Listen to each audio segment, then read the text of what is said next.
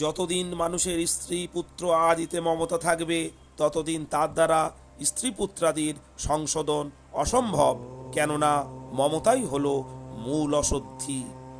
মানুষ মমত্বসহ যত বস্তু সংগ্রহ করে সেই সবই হলো অসতের সঙ্গ। যত অসতের সঙ্গ হবে ততই তার পতন হবে।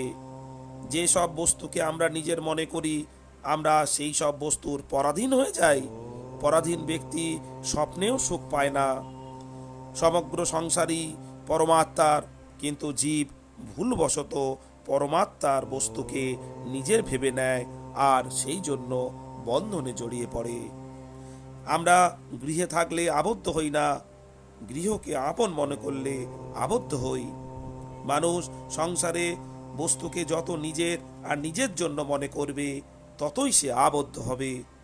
মানুষ জাগতিক বস্তুকে যত আপন মনে করবে ততই সে পরাধীন হয়ে থাকবে, কিন্তু পরমাত্মাকে আপন মনে করলে সে স্বাধীন হয়ে যাবে।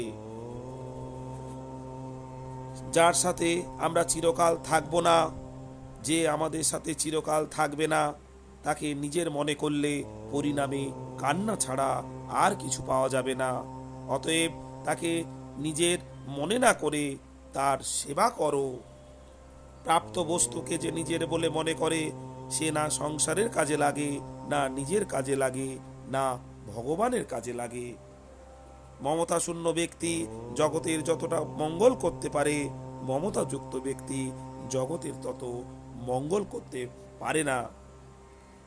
কোনো বস্তুকে নিজের বা নিজের জন্য মনে করা উচিত নয়, বা কোনো বস্তুর কামনা করা উচিত নয়, কেননা বস্তুকে নিজের মনে করলে অশুদ্ধি আসে এবং কামনা করলে অশান্তি আসে। সংসার সারাক্ষণ বয়ে চলেছে, চলমানের প্রতি মমতা করলে কাঁদতে হবে, কিন্তু নিত্যস্থিত ভগবানের সাথে আত্মীয়তা করলে চিরকালের জন্য নিশ্চিন্ত হয়ে যাবে। যাকে আমরা নিজের বলে মনে করি তা সর্বদা আমাদের সঙ্গে থাকবে না, তাহলে তার প্রতি মমতা ত্যাগ করা কি এমন কঠিন কাজ? শরীরকে নিজের মনে করার অর্থ হলো কেবল দুঃখ পাওয়া, কিন্তু শরীরকে সংসারের মনে করলে মুক্তি লাভ হয়। যে বস্তু নিজের থেকে আলাদা হয়ে যায় তার নিজের নয়, যা আলাদা হয় সেটি বাস্তবে নিজের থেকে আলাদা। শরীরকে নিজের মনে করা হলো অসতের সঙ্গ, আর শরীরকে নিজের না মনে করা হলো সতের সঙ্গ।